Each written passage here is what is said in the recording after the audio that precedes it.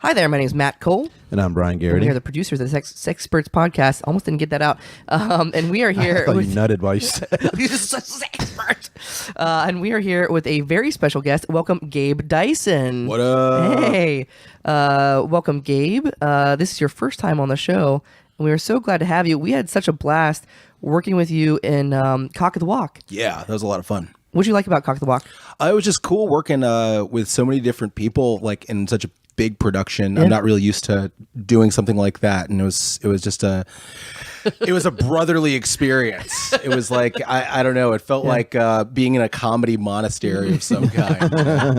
Yeah, it was a lot of fun. That makes it sound really exciting too. Comedy monastery, comedy seminary. That just makes it sound like it got funky. Seminal vesicles. I just want to say that.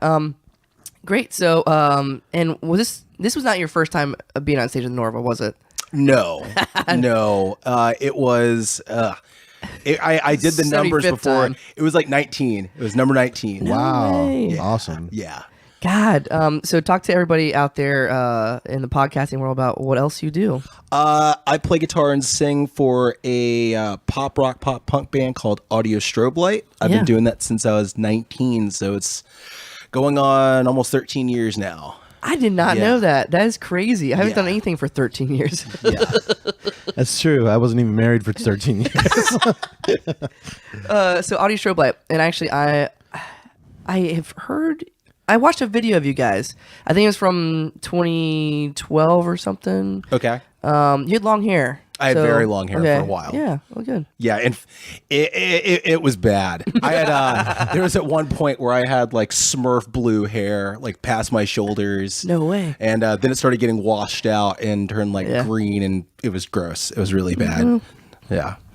You ever color your hair, Brian? No, but I once got asked if I did. And I can explain.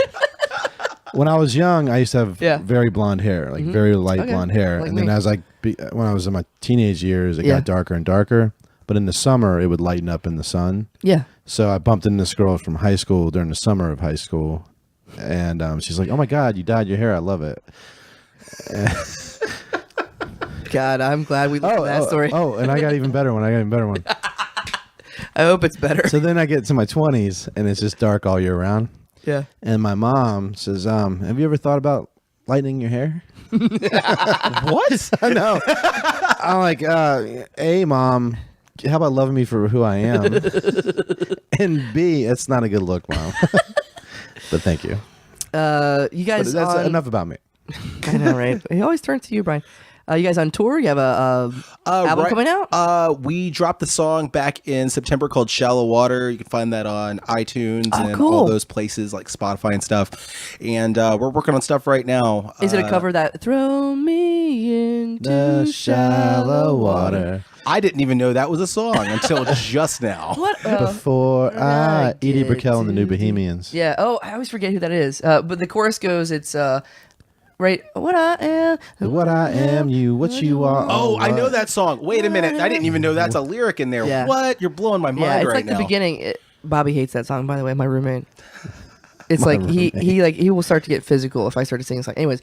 So Shallow Water, that's cool. And so the album is coming out soon, or? No, we're working on some material right now, and we're gonna hopefully do some stuff with it before summer. That's the goal. That is so cool. I can't really talk about it much more than that.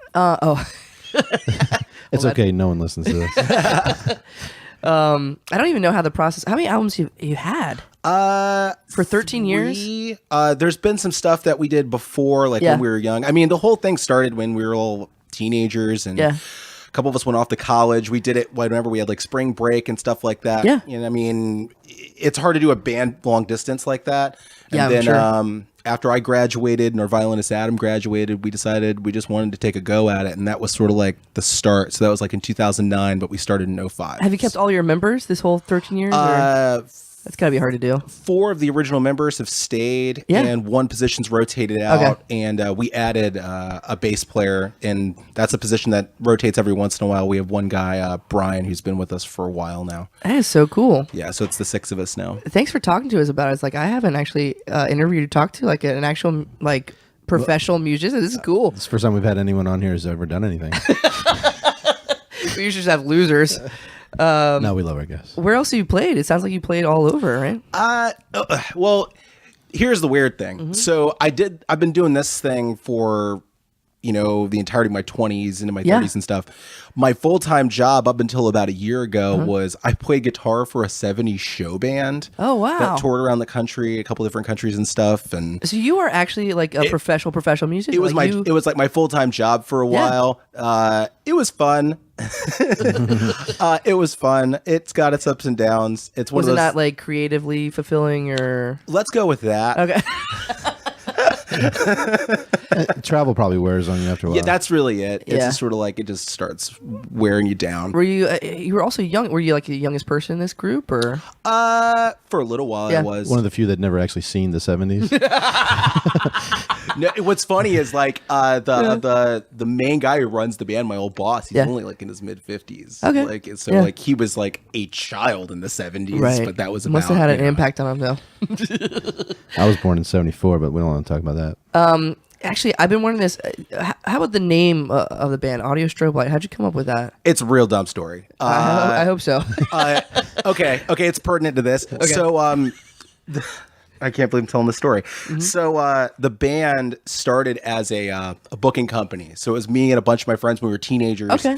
And we used to book punk rock shows at the CC's Pizza on Woods Corner. Oh, nice. And it was like $5. You got all you can eat pizza and to see like 3 punk rock bands. I didn't know punk bands played there. It was a long time ago. I used to have lunch there, like as like a computer programmer during the day. Oh, that's crazy.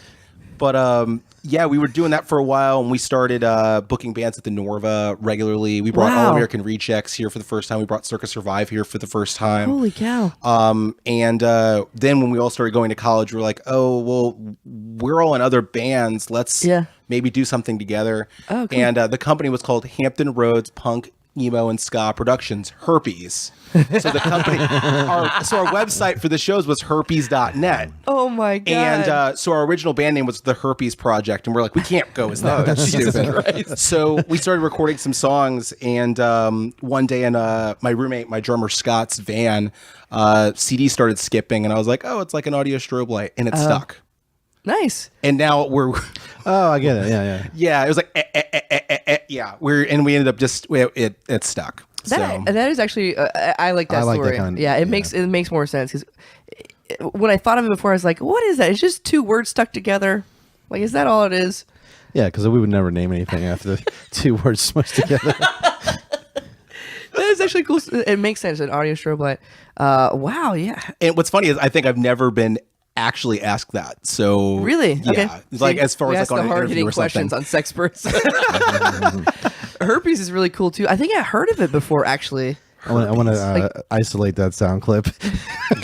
It's cold as and herpes is really cool too. It's your text message tone. What was the game? It's Hampton Roads Punk, Emo, and Ska Productions. Fucking perfect. Yeah. Goddamn. What else? Are you going to be on the push stage again sometime soon? Nope. I'm trying to think. You're in 301 right now. I'm in 301 right now. There you go. Yeah, I've got that coming up. You are a superstar. Actually, I'm a teaching assistant. You are. For that. You are. It is such a fun class. Have you done improv with those guys? I'm like half the class I've been with since 101. So it's been it is really fun. Been cool seeing like everybody like evolve as we go on, and then like new people in this group. It's been really cool. It is insane. Like you have to see this the grad show. I feel like a failure of a teacher. I don't know when the grad show is, but keep an ear out for the Push Comedy Theater Improv 301 grad show. I'll put that up on the webpage. I loved working with Gabe in Cock of the Walk. Yeah, because he's such a generous laugh. Yeah, definitely. Like you can rehearse the same thing 50 times, and he's dying all 50 times. I think somebody called me out during the auditions because the audition with the classic Annalise sketch, and every time that sketch gets me, I laughed the whole time. Every time. Do you remember any lines from that? The Annalise? Oh, jeez. I'm trying to think. What is it? Ravaging my... Yeah. Ravaging my... Oh, that was John ravaging my butthole last night. Yeah. Something like that. It's fucking hilarious. All right, so we'll keep an eye out for you on the Push Comedy Theater stage. We can't wait to hear the album as well, Audiostrobelight. And thank you for coming on the show. Absolutely. Thank you guys for having me. Yeah. Bye-bye.